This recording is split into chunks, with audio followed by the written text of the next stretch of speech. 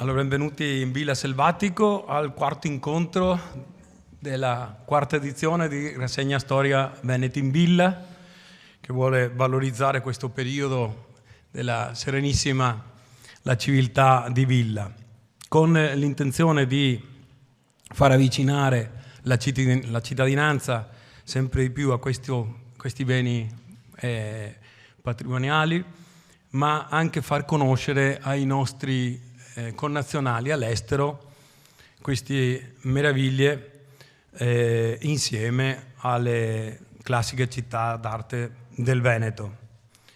E quindi parliamo del turismo delle radici. Oggi siamo con il professor Riva Bonatti a parlare delle terme dei Dogi. Già Dogi ci porta a pensare a Venezia, ai grandi Dogi, Loredan, Foscari, Gritti, Venier, insomma i grandi personaggi e grandi secoli della nostra storia, perché insieme ai Dogi c'era l'arte, la cultura, gli architetti, e questo lo ricordiamo. Prima di passare la parola al professor Riva Bonatti, voglio ringraziare sempre il sostegno della Regione del Veneto per questa iniziativa e l'Istituto Regionale Ville Venete, l'Associazione Dimore Storiche Italiane, AZI, e il Centro Internazionale di Studi di Architettura di Andrea Palladio Vicenza e l'Associazione Nobiliare Regionale Veneta.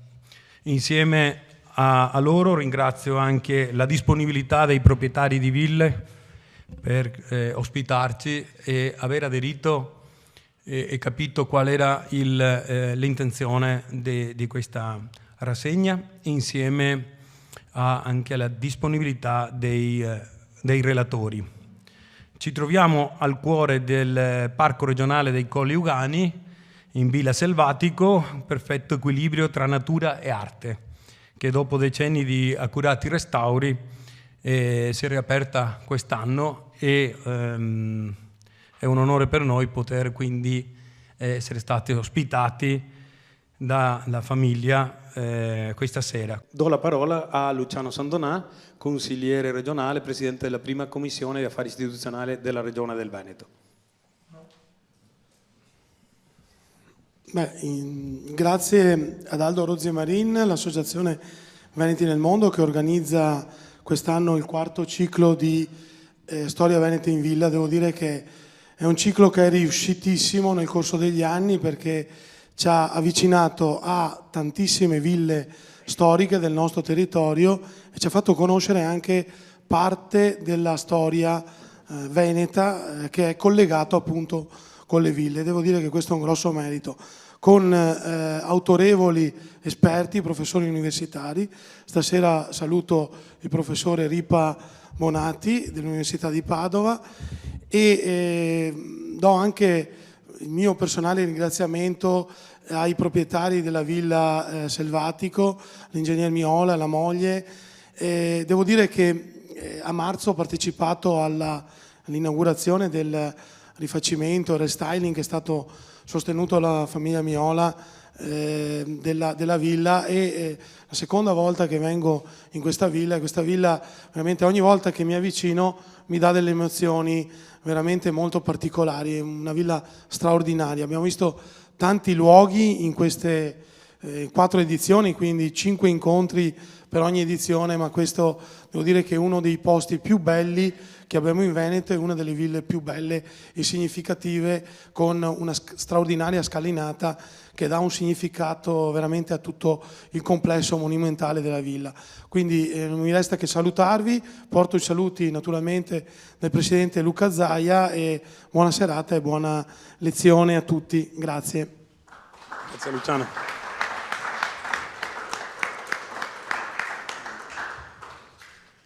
Allora, le terme dei Dogi. Maurizio Ripa Bonatti, professore di storia della medicina presso l'Università di Padova, ideatore e organizzatore di decine di convegni, autore di un centinaio di pubblicazioni di argomento storico medico. Ma il tema, in questa posizione ci troviamo, è la tua serata, Maurizio, no? Grazie a tutti e grazie ovviamente al Padron de Casa. Le terme di Dogi non ha bisogno di spiegazione, tutti sappiamo chi sono i Dogi e tutti sappiamo chi sono cosa sono le terme. Certo è che parlare del termalismo euganeo non è assolutamente facile. Qua, vediamo in questa stampa a cavallo fra il 6 e il 700, quelle che erano, ovviamente noi siamo qui a Battaglia Terme, lo dice il nome, fa parte di quanti sono? 4 o 5 i comuni che hanno diritto al suffisso terme. All'epoca, fino al 700, fino all'inizio dell'Ottocento, si chiamavano balnea tutti questi posti. E qui vediamo in questa antica stampa, questa è proprio una mappa stradale, vediamo tutti i vari balnea. Qualche piccola presentazione, io mi sono specializzato in lettura delle immagini. Le immagini dicono molto, molto se le si sa leggere e guardare. In questo caso vediamo questa, che non è né una statale né la provinciale né tantomeno l'autostrada.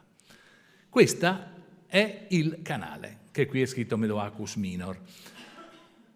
Una cosa che si dimentica sempre è che in passato le vere strade erano le vie d'acqua e quindi Battaglia è stata favorita, come diceva prima, è stata una delle più importanti, dopo adesso è stata a un certo punto è stata superata da Abano come importanza e come notorietà mondiale, ma è stata al centro, è stata il luogo più centrale anche perché era quella più accessibile. Perché gran parte degli spostamenti, vedremo dopo, avvenivano via acqua. E come vedremo anche la villa ha avuto una grande importanza nello sviluppo delle terme, del termalismo. Ecco, guardiamo questa immagine che penso che l'ingegner Miola la conoscerà. Questa immagine già ci fa capire cos'era all'epoca, a cavallo fra il 500 e il 600, cos'era questa villa. Vediamo qui 600 perché c'è già la scalinata. Il nucleo centrale di questo sono questi laghetti. Questi laghetti sono laghetti di acqua termale. Questa era una casa che ospitava, e poi vedremo come ospitava i pellegrini della salute, e vedremo poi anche che cosa vi si faceva all'interno. Il bacino termale euganeo ha delle caratteristiche assolutamente eccezionali in tutto il mondo. Ha una utilizzazione millenaria, ultramillenaria. Certamente è stato usato nella preistoria, molto probabilmente è stato usato nella preistoria, certamente è stato utilizzato dai paleoveneti. I paleoveneti addirittura degli oggetti, dei donativi che sono stati trovati qui in zona provengono da tutto il bacino territoriale che era stato popolato dai paleoveneti. Ha un'area vastissima. Questo è molto interessante. Il bacino termale euganeo infatti è piuttosto vasto. Gran parte dei siti termali sono localizzati in un'unica polla, in un'unica fonte. Pensiamo a Montecatini, pensiamo a Fiuggi, ad altri. Invece qui ogni persona, ogni luogo che apra un pozzo vede sgorgare quest'acqua. Ha un'ottima accessibilità, dicevo prima. Se Battaglia è la favorita fra tutti i comuni termali, certamente l'accessibilità è molto buona perché Padova è posta su un asse, quasi come Verona, su un asse nord-sud, est-ovest, soprattutto nord-sud, ottimale per gli spostamenti. Ha delle caratteristiche eccezionali perché, come dicevo, non solamente è molto vasta, ma l'acqua esce ad una temperatura altissima, in certi casi raggiunge gli 87 gradi centigradi, e i fanghi hanno delle proprietà che recentemente sono state dimostrate con queste alghe che sono state addirittura brevettate, che sono uniche al mondo. Abbiamo poi altre caratteristiche. Questi fanghi e queste acque hanno delle indicazioni molteplici. Molto spesso si va in un luogo termale per guarire un'unica malattia, poi vedremo che già nell'Ottocento avevano fatto tutta una casistica delle malattie che potevano essere curate. Ha degli effetti che sono stati comprovati scientificamente, non è solamente un uso empirico, non è solamente il calore che fa bene, ma ci sono delle proprietà scientificamente dimostrate, e di più è vicinanza con lo Studium Patavinum. È l'unico grosso centro termale del mondo, si può dire, che sia vicino ad una università, e non all'ultima delle università, all'Università di Padova, che è certamente la seconda al mondo come antichità e forse la più famosa per importanza. Lo Studium Patavinum, dicevo, ha avuto queste sinergie con il termalismo. Queste caratteristiche, le caratteristiche delle acque termali, avevano da sempre incuriosito gli uomini, e tanto più gli uomini di scienza. E d'altra parte gli uomini di scienza hanno potuto nel tempo spiegare quali potevano essere le motivazioni che le facevano essere medicamentose. Questo è già successo già fin dal Medioevo, e qui vi cito velocemente alcuni medici termalisti, tra virgolette. Tutti li conoscete: Pietro d'Abano, Jacopo Dondi, Giovanni Dondi, Bartolomeo da Montagnana e Michele Savonarola, zio del più famoso frate castigatore dei costumi. Io mi soffermo un attimo solo sul Giovanni Dondi. Giovanni Dondi è famoso perché ha creato questo astrario, questo orologio astronomico. Purtroppo è andato perso perché Carlo V se n'è innamorato. Carlo V non aveva una sede stabile di questo suo immenso impero dove non tramontava mai il sole, e in questi tanti montaggi e smontaggi evidentemente è andato perduto. Ne abbiamo varie copie fatte da un famoso orologiaio milanese, che dopo è mancato. Uno di questi è stato comprato da un ingegnere padovano e è stato donato all'università. Ecco, questo orologio astronomico aveva la funzione di... Ricordatevi che in passato tutto era in funzione della medicina. La botanica, che all'epoca non esisteva, si chiamava materia medicinale, le piante si studiavano per vedere qual era il potere che potevano avere sulla salute, e lo stesso l'astronomia e l'astrologia venivano studiate per vedere quali erano i giorni propizi o i giorni meno propizi per le cure o quelli che potevano far ammalare. Ebbene, il Dondi è famoso anche per essere stato il medico di Francesco Petrarca. Francesco Petrarca, come molte persone intelligenti, non aveva nessuna stima dei medici e se poteva gliene stava lontano, li rifugiva. Ha scritto addirittura un'opera contra medicos, proprio gli stavano sullo stomaco. Sopportava il Dondi forse anche perché era un medico umanista, era un medico poeta, era un medico a tutto tondo. Certo è che quando il nostro Petrarca ha scritto Chiare, fresche e dolci acque, che dico sempre ai miei studenti non è Battisti ma è Petrarca, perché li conoscete sta cosa? Sì, mi dice uno, Battisti, cazzo dico. Vabbè, quando ha scritto Chiare, fresche e dolci acque, certamente non ha pensato alle acque termali, che non sono fresche, non sono dolci e non sono chiare, sono torbide, sono calde, sono salate. Quindi certamente non pensava a questo. Lo studio padavino, dicevamo, ha avuto una grande importanza per le terme e ha, grazie alla Repubblica di Venezia, ha potenziato due restaurazioni, due rivalutazioni delle terme. Una prima rinnovatio alla metà del Cinquecento e una seconda rinnovatio alla metà del Settecento. Una terza rinnovatio è avvenuta a cavallo del cinquantennio del secolo scorso ed è nato il termalismo sociale grazie appunto nel periodo fascista che poi è continuato nella Repubblica. Perché queste rinnovatio? Perché tutte le cure hanno degli alti e dei bassi. L'importante è che il momento più basso sia sempre più alto del momento basso precedente. Non so se è una sega a salire. E quindi c'è bisogno di continui rilanci. Certamente alla metà del Cinquecento succede qualcosa a Padova. Nel 1543 è detto Annus Mirabilis. Annus Mirabilis perché succedono tre cose importanti. Andrea Vesaglio scrive, anzi pubblica, il suo De Humani Corporis Fabrica, che è considerato la pietra fondante dell'anatomia moderna. Giovan Battista da Monte inizia l'insegnamento al letto del malato, cioè la clinica, se vogliamo, e Francesco Bonafede chiede la possibilità di creare un orto dei semplici, un orto, quello che oggi si chiama orto botanico. E proprio l'orto botanico l'orto dei semplici ci dà la possibilità di tornare al termalismo.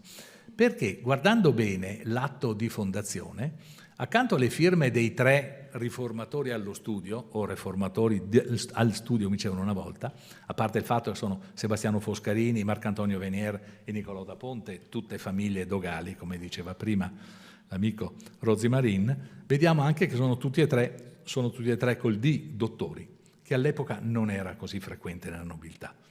Vediamo che nella votazione della Costituzione dell'orto dei semplici sono 137 favorevoli, 3 contrari e 17 non sinceri. È un modo molto simpatico e molto veneziano di dire gli astenuti. non erano tenuti in gran conto, chi non prendeva posizione non era tenuto in gran conto. 17 astenuti sono tanti, 20 poi addirittura con i 3 contrari, sono tanti per un'istituzione così utile come poteva essere l'Orto dei Semplici. Ebbene, io sono giunto all'idea, leggendo delle carte, che, velocissimo passo indietro, a Venezia l'interesse di Stato coincide sempre con l'interesse della nobiltà, è una repubblica aristocratica e quindi è difficile scindere gli interessi dello Stato dagli interessi dei privati. Ebbene, in quel periodo, alla metà del Cinquecento, i nobili veneziani stanno abbandonando la mercatura, che è diventata pericolosa, che non rende, ci sono i pirati, ci sono i vari sceicchi che invadono il mare e stanno entrando nell'entroterra. Venezia è una città che è stato un impero che aveva un territorio di terraferma relativamente modesto rispetto a tutti gli altri e fino al Cinquecento non era assolutamente sfruttato. Ebbene, cominciano proprio alla metà del Cinquecento e comincia il latifondo. Questa fotografia è stata presa tanti anni fa dalla vostra terrazza e riprende questi campi. Questa centuriazione non sono dei tratturi, dei sentieri, ma sono dei canaletti, dei canali, perché queste erano tutte zone paludose e la grande operazione dei veneziani è stata quella di trasformare in terreni agricoli quelli che erano terreni paludosi. Diciamo nel 43 è un grande anno, nel 53, 10 anni dopo, viene pubblicato un libro che tra professionisti e tra amatori si chiama De Balneis. Ebbene, il nome vero di questo malloppone, lo vedete, è veramente un mattone come non tanto come pesantezza ma quanto come volume. Il vero titolo di questo librone è questo. Un titolo interminabile, occupa pressoché tutto il frontespizio. In sintesi cosa dice? Che è stato raccolto, i veneziani hanno fatto la stessa cosa che si fa ancora oggi in qualsiasi ricerca, che fanno oggi i nostri ragazzi quando fanno una tesi. Hanno fatto una ricerca bibliografica. Vediamo come appoggiare le nostre ricerche a tutto quello che è già stato fatto e detto sul termalismo e da qui partiamo per rilanciarle. E infatti dice omnia que extat apud grecos latinos ed arabo, tutto quello che esiste presso greci, latini, arabi, sia medici che non medici, e sono stati pubblicati sia libri interi che opere che estratti. E capite che su questa base parte la storia del termalismo euganeo. Anche delle illustrazioni però fanno capire che effettivamente noi stiamo ripartendo quasi da zero. Abbiamo detto che è continuativo dai paleoveneti, romani che hanno fatto delle ville qua attorno, il Medioevo che è molto meno oscuro di quanto si possa comunemente credere. Però non c'è ancora una tradizione locale, tant'è vero che questo libro veneziano deve pubblicare un'immagine di come pensavano fossero i bagni degli antichi latini e quando deve mostrare una situazione, una cittadina balneare, ci mostra Plombières, che era già famosa all'epoca, una cittadina in Francia, che è completamente diversa dalla realtà locale. Tutt'al più Plombières potrebbe assomigliare, adesso lo vedremo, a Vignoni. Questa immagine, se voi la guardate bene, quello che vi dicevo prima della lettura delle immagini, uno del Cinquecento che deve andare a Plombières guarda questa immagine e ha già delle informazioni molto interessanti.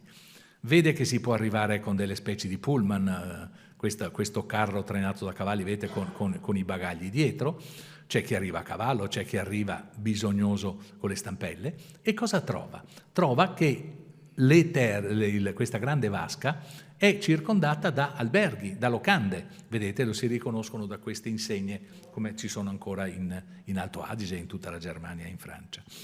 Ebbene, cosa dice anche? Dice che è composta da una grande piscina dove la gente si immerge e dove non solo può fare il bagno, ma può anche bere. Qui c'è una cannella che butta fuori un'acqua. Dicevo che non assomiglia assolutamente alla realtà nostra. Assomiglia molto di più invece ad un'altra che si è conservata perfettamente, anche forse perché è fuori da qualsiasi via di traffico, che è Bagno Vignoni, che è in Toscana. Vedete che la comportazione è la stessa, gli alberghi laterali e questa grande vasca nella quale si immergevano. Bene, Padova, come vedremo, è molto diversa. Io adesso corro perché immagino che siate stanchi dopo aver visto questa magnifica villa, ma Nel 1953 viene pubblicato il libro, già nel 1954 istituiscono una commissione e al contrario delle commissioni di oggi sono commissioni che valgono. C'è dentro Francesco Fisimelica, Paolo Grassi e Oddo degli Oddi, che sono dei famosi medici dell'epoca, i quali si danno da fare, e già nel 1956, se non sbaglio, Gabriele Falloppia, che all'epoca insegnava semplici e insegnava chirurgia, cioè insegnava quella che oggi è la farmacologia e la chirurgia, fa un corso, quello che oggi chiameremo un corso monografico, dedicato alle acque termali. Vedete quindi che quando Venezia parte va via veloce. Nel 71 abbiamo una testimonianza molto interessante di Giovan Battista Canani. Canani è un anatomista dell'Università di Ferrara ed è un collega di Vesaglio che è stato, come abbiamo visto prima, il grande anatomista. Ebbene, lui scrive una lettera dove dice: io mi trovo qui al Gran Cataio della Battaglia in casa del signor Pio Dobizzi e dell'eccellentissimo signor Duca, con l'eccellentissimo signor Duca, il quale ha incominciato a pigliare il fango di Sant'Elena per conto del suo ginocchio, perché si dubitava, andando verso l'inverno, non avesse da partorire qualche male effetto. Per questo si è determinato che Sua Eccellenza abbia a pigliare questo fango. Vedete che c'è già il concetto di prevenzione. Siccome il Granduca soffriva di dolori reumatici, il medico ha detto: andiamo a Sant'Elena e portiamoci avanti. Ha queste doti per essere bituminoso e sulfureo, e così incominciò mercoledì 10 al presente, e lo piglia 2 volte al giorno, la mattina e la sera, vi sta dentro per ogni volta 1 ora e mezza, e a me pare che sino a quest'ora l'abbia fatto giovamento. Lo piglierà ancora 8 giorni e poi se ne andremo verso Comacchio allegramente. Verso Comacchio ci vanno via acqua, ovviamente. Vediamo che anche qui, facendo i conti, dura un 12 giorni questo soggiorno, che è il periodo che tuttora viene consigliato per una cura termale. È chiaro che però quando arriva gente come il Granduca di Ferrara bisogna prendere provvedimenti, e Venezia, come dicevo, sempre è molto attenta, e quindi vediamo che cominciano a fare dei bandi. Io vi leggo solamente questo, ma sono ricorrenti. Desiderosi i signori clarissimi, signori rettori et magnifici signori provveditori della sanità di Padova, di conservare la sanità, questa magnifica città di Padova, un senso molto lato di intendere la sanità e il suo territorio, fanno pubblicamente intendere a tutti i furfanti e mendicanti forestieri, così maschi che femmine, che in termine di giorni 3 debbano partirsi dal loco dei Libagni ed il tutto da questo territorio e non venire altramente in questa città, se no verranno fustigati facendoli fare 3 giri a frustate attorno al salone e così via. Vedete quindi che vengono presi provvedimenti in modo che gli ospiti di tutti i livelli, ma tanto più i VIP, possano essere tranquillamente. La fama cresce e c'è il passaparola anche fomentato dai letterati, in questo caso in un libro che riguarda il passaggio per l'Italia del re che dalla Polonia, di Enrico III, che passa dalla Polonia per diventare Enrico III di Francia. Dice che questa zona, tutti quali i signori peregrini e infermi di ogni sorte, quali vennero con malattie diverse ed incurabili da tutte le parti del mondo, e lontane per risanarsi col mezzo dei primi medici del mondo, vedete in relazione Padova, che sono a Padova, e di quelle saluberrime acque di bagni che non si trovano paragone e che fanno continuamente miracolo di dar loro la bramata salute. Questo fa sì che l'importanza di Padova cresca, delle terme patavine cresca. E vi faccio solo quest'ultimo caso: due medici, Marco degli Oddi, il figlio di quello citato prima, Albertino Bottoni, si rendono conto che gli studenti stranieri, soprattutto gli studenti tedeschi, sempre molto presenti a Padova, non si allontanano durante le vacanze perché il viaggio per andare è troppo lungo e forse anche costoso e certamente pericoloso. E così uno mette il cavallo, l'altro mette il carro e li portano ogni giorno a visitare i malati delle terme. Secondo me, vedete, di studenti germani. Secondo me qui nasce il grande amore dei tedeschi per le terme. Questi tornano su a casa e dicono: ah, l'ho visto Abano, non ti dico cosa che faceva.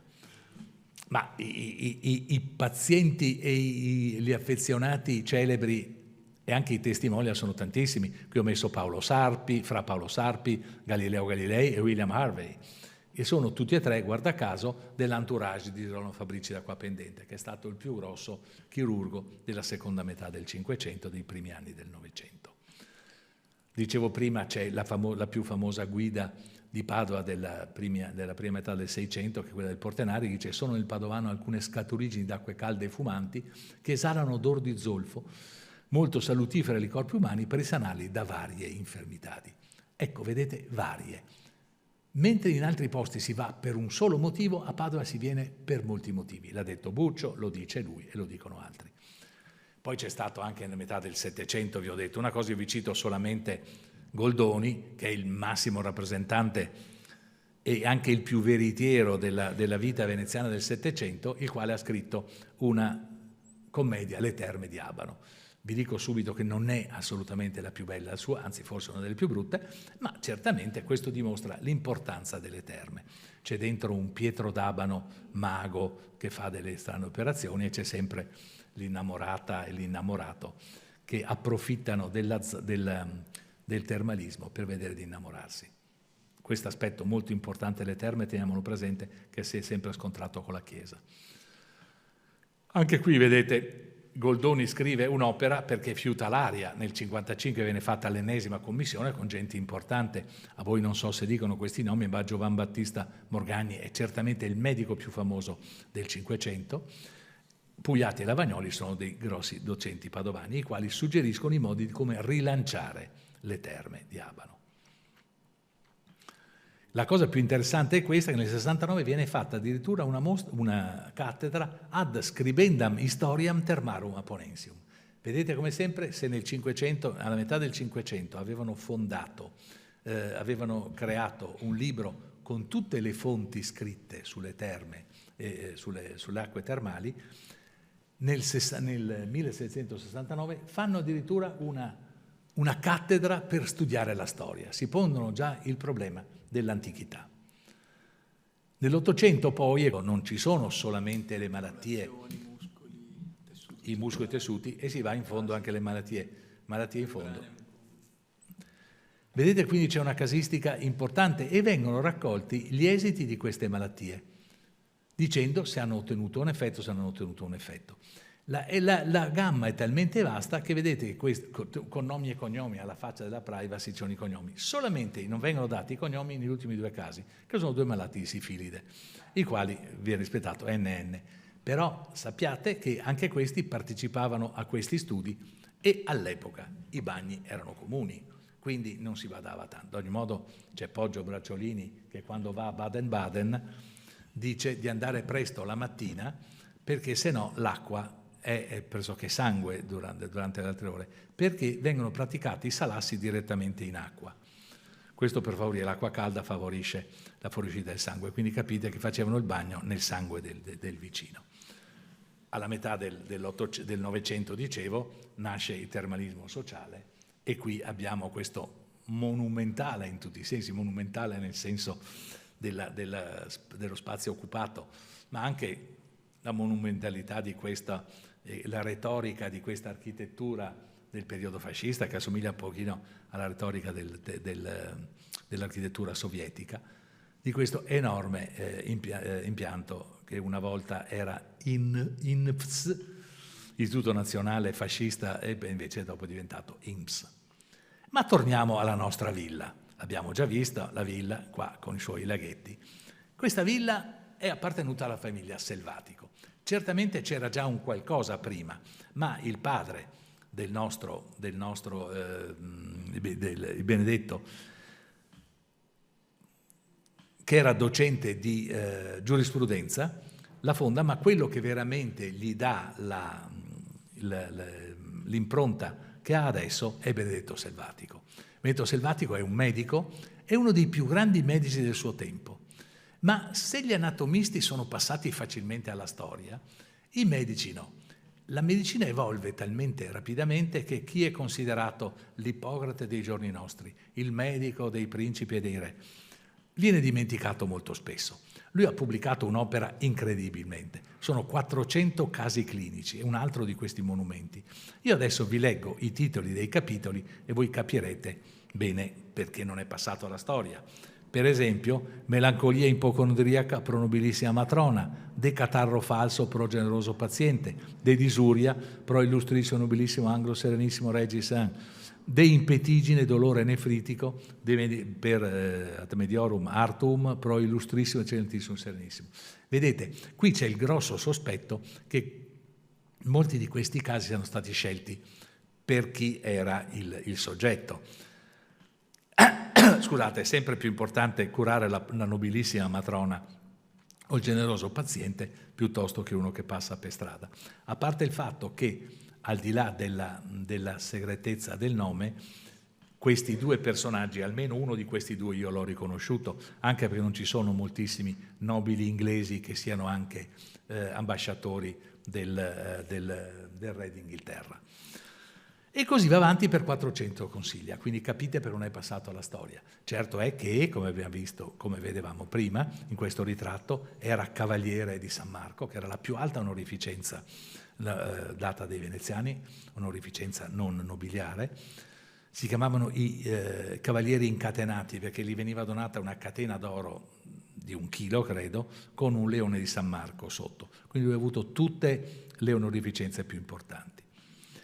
A Padova, per esempio, viveva in Palazzo Selvatico, che è in via Vescovado e che è stato donato alla famiglia Buzzaccarini all'università. Adesso è la sede, molto prestigiosa, del Dipartimento di Storia. Ma vediamo qualche testimonianza e vediamo come ci si curava. Michel de Montaigne è uno dei personaggi più interessanti del Cinquecento, è un saggista, è un uomo che ha scritto dei libri più noiosi con degli sprazzi più belli che ci possono essere nella letteratura. È veramente un libro da comodino, bisogna leggerlo, ogni tanto ti imbatti in alcune perle, per il resto sono 600 pagine, piuttosto polsose. Lui ha scritto anche un libro di viaggi, ha descritto questo suo viaggio in Europa fra la Francia, la Svizzera e l'Italia, alla ricerca di qualcosa di qualche posto dove potersi curare i calcoli renali che lo facevano penare. E lui, con una schiettezza caratteristica dell'epoca, descrive tutto, descrive i dolori, dove hai i dolori, come l'urina e così via. Ebbene, in questo suo viaggio diciamo che non ha una bella idea delle Terme Euganee, diciamo che passa il 14 novembre. 14 novembre, io sono nato il 14 novembre, so cos'è, di solito qua nelle zone che c'è una nebbia, poi qui la nebbia non scende ma qui sale, quindi veramente deve essere stata una brutta esperienza. Non gli piacciono molto, poi invece in Toscana sarà meglio. Ma dice, venimmo a passare accanto alla bellissima dimora d'un gentiluomo di Padova, dove si trovava, da oltre 2 mesi, specifica, malato di gotta, il cardinal Luigi d'Este, per la comodità delle acque e più per la vicinanza delle signore veneziane. Capite già che lui è piuttosto spiritoso. Le signore veneziane, non siamo in orario protetto, ma non vedo minorenni, lui con le signore veneziane allude alle cortigiane veneziane. Cortigiane veneziane che era una categoria protettissima, da non confondere con le ultime prostitute, le quali venivano offerte, venivano consigliate a tutti i personaggi importanti. La più importante di tutti è Veronica Franco, di cui qui ho trovato l'unica immagine che sia, l'ho trovata per caso, perché la Veronica Franca, ho chiesto in America di avere l'immagine ed è lei, certamente non può essere che lei. Per esempio, quando è venuto Enrico III, quello che vedevamo prima, è passato per Venezia, ha passato una serata, non so, certamente anche suonando liuto e leggendo poesie, con Veronica Franco. Ma vediamo più discretamente cosa dice. Si recarono a vedere certi bagni a 500 passi di là, sull'argine del canale, non trovandoci, secondo quanto riferì il signore di Montaigne, che una casa con 10 o 12 stanze. Ebbene, questa, secondo me, è la più antica. La conoscete? Sì. La più antica raffigurazione di Villa Selvatico. Ed è una Villa Selvatico precedente. È la versione precedente, non c'è ancora la scalinata, ci sono queste 2 scalinate laterali, ma quello che ci interessa è questa casa, che molto probabilmente era la casa dove venivano ospitati i malati, i pazienti di passaggio. E vedete che vengono consegnati addirittura 4 laghi. Non so se sono ancora tutti. Questo certamente c'è. Laghi è un termine un pochettino grosso, sono queste grosse polle d'acqua calda in questo giardino. Vedete qui il colle non è ancora stato coperto di alberi. Ed è molto interessante questo coso di queste 12 stanze. Cosa avviene in queste 12 stanze? In queste 12 stanze, in questa casa esistono bagni e altre sistemazioni dove l'acqua sgorga pian piano in modo da potervisi presentare direttamente la parte malata. A un certo punto, lungo i condotti, si sono anche costruite cabine di pietra dove è possibile rinchiudersi, di maniera che, aprendo una valvola nel condotto medesimo, il vapore caldo provoca subito un forte sudore. Si tratta di stufe a secco, ed agli, delle quali se ne trovano di varie specie. Vedete dunque che non c'è solamente l'acqua da bere, non c'è l'acqua da immergersi, ma ci sono i fanghi, ma ci sono i vapori e così via. Soprattutto si usa il fango. Viene raccolto in una gran vasca che è ai piedi della casa, all'aperto, per mezzo di un arnese con cui lo si trasporta nell'abitazione. E lì vicino sarà una carriola. Qui vi si trovano vari apparecchi di legno adatti alle membra, alle gambe, braccia, cosce e altre parti, per distendersi e serrar dentro le membra dopo aver colmato di fango il recipiente di legno dove lo si rinnova a seconda del bisogno. Non so se avete seguito, ma prima il Canani dice che il duca faceva 2 sedute di fanghi al giorno di 1 ora e mezza l'uno. Ebbene, se avesse fatto 2 sedute di fanghi come si fanno adesso, con tutto il corpo ricoperto di fango, non sarebbe arrivato alla fine del 3° giorno. Evidentemente, invece, usavano delle cassette come questa, che venivano usate anche per immobilizzare nel caso di frattura. Delle cassette che sono conformate con l'arto. Lui aveva male al ginocchio, le metteva una cassetta con la gamba e gli coprivano il ginocchio con il fango e lì può starci anche 1 ora. Ma vediamo la prima immagine, la più antica immagine della nostra Abano. Eccola qua, questa è un'immagine del 500 che è rarissima, che è contenuta questa è una copia posteriore, contenuta in un libricino, è un'immagine grande così, che è stata riprodotta via via nel 600 fino al 700. E qui ci rendiamo conto di com'è la situazione aponense. Vediamo innanzitutto che anche qui c'è un bagno, il bagno comune. E anche qua, come dicevo prima, leggiamo le immagini e proviamo a vedere che cosa si faceva in questi bagni. Innanzitutto l'acqua non era assolutamente alta, all'epoca nessuno sapeva nuotare, lo sanno bene qui gli abitanti di Battaglia.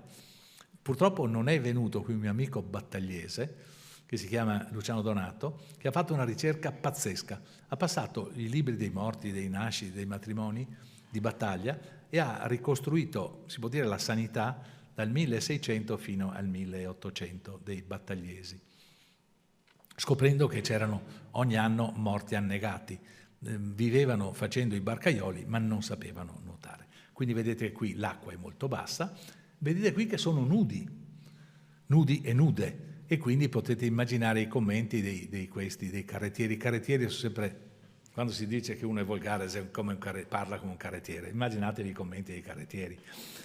E in più c'è questa cosa centrale che io non riuscivo a capire cos'era. Cerca e ricerca, ho trovato in Svizzera un quadro che rappresenta un bagno svizzero e vediamo che al tavolo, in questo caso c'è un tavolo di legno, al centro c'è un tavolo dove si mangiava.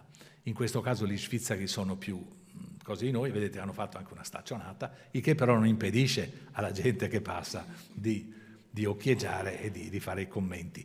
E vedete anche che le scene sono un po' salaci, quindi si può capire che le terme non fossero ben viste dalle autorità ecclesiastiche. C'è sempre un che di licenzioso in questa promiscuità dei corpi nudi, anche in un momento che è abbastanza ludico, se vogliamo, anche se si va per curarsi.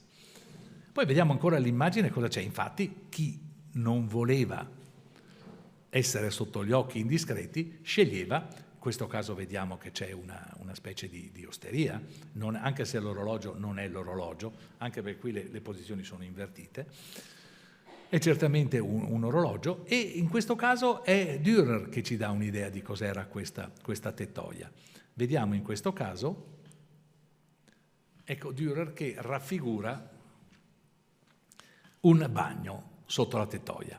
Anche qui, sempre area senza nozione gli adulti, vedete che anche qui Dürer, che è sempre piuttosto castigato, non si lascia andare a cose, però questa immagine è ricca di immagini e di richiami sessuali.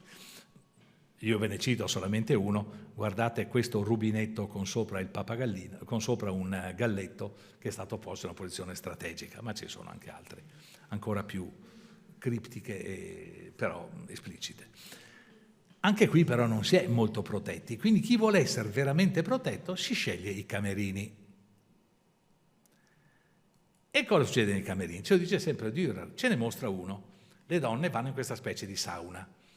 E però, se anche qui Dürer ci fa essere noi i guardoni che guardiamo questa scena con l'intimità femminile, ci dimostra però che la protezione non è assolutamente garantita, neanche nel camerino. E infatti, se noi ingrandiamo l'immagine, vediamo che da questa finestra o porta, quello che è, c'è uno dietro che sta spiando. Quindi capite che chi non voleva pubblicità non andava alle terme. E così ci spiegano anche quelli che prima ho definito carrettieri, che sono invece dei mulattieri, i quali stanno guidando degli asini, dei muli, con sopra degli otri.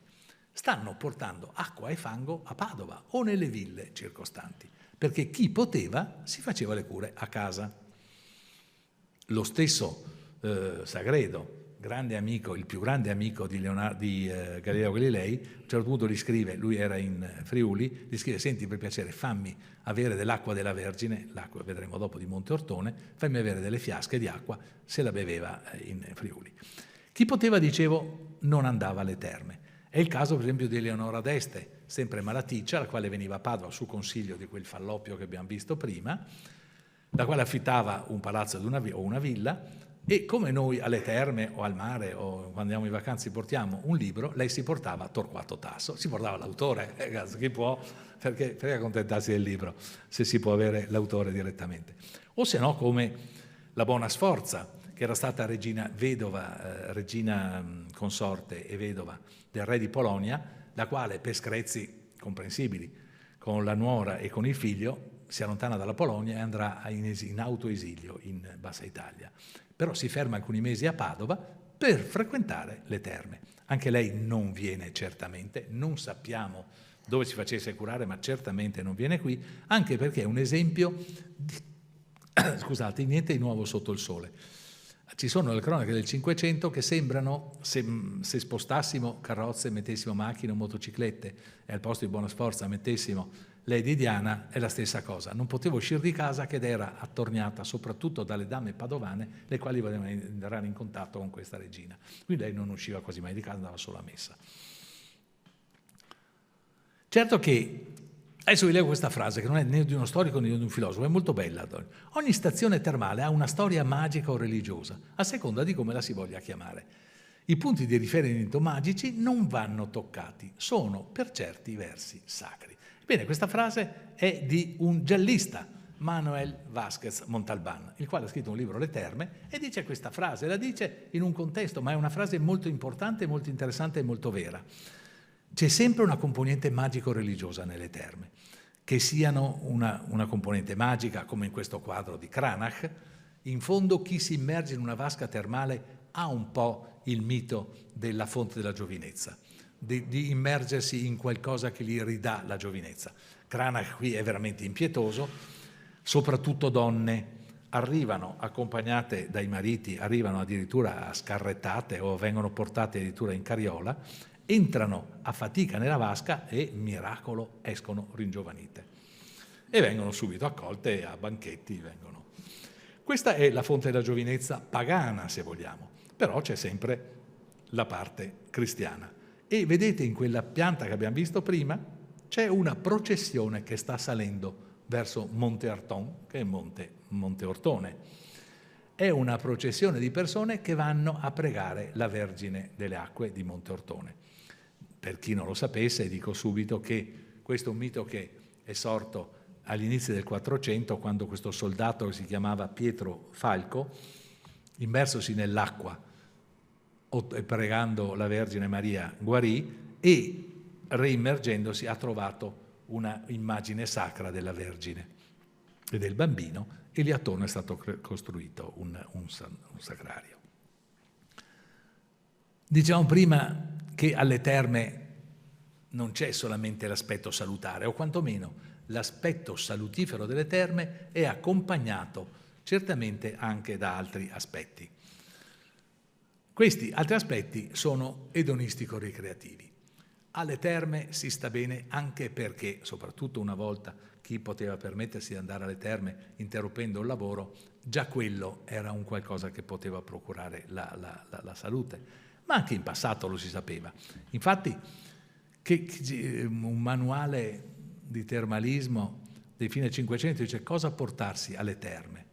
Bisogna portarsi buona disposizione.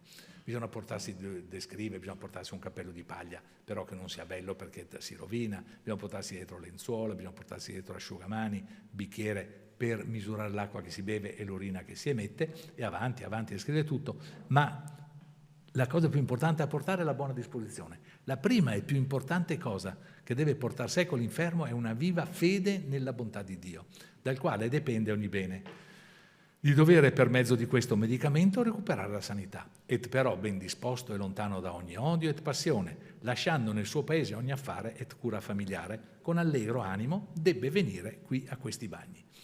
Quindi nessuna cura è efficace se non c'è una predisposizione, una disposizione d'animo. A questo punto, su questo quadro del Pozzo Serrato, che modelmente raffigura i Colli Euganei, io cito un'ultima citazione del nostro amico Michel de Montaigne, il quale sintetizza da par suo, come dicevo prima, uno scrittore meraviglioso: chi non vi porta alle terme abbastanza allegria per poter godere del piacere delle compagnie che vi si incontrano e delle passeggiate e degli esercizi a cui vi invita la bellezza dei luoghi, dove generalmente queste acque si trovano, perde senz'altro la parte migliore e più sicura del loro effetto. Quindi con questa immagine io chiudo e spero che abbiate le domande, anche perché con questa immagine io vi auguro un brindisi questa sera in onore del termalismo e di Villa Selvatico Miola, non con l'acqua minerale o con l'acqua di rubinetto, ma con un vino Mari dei Colli, come stanno facendo questi. E vi ringrazio.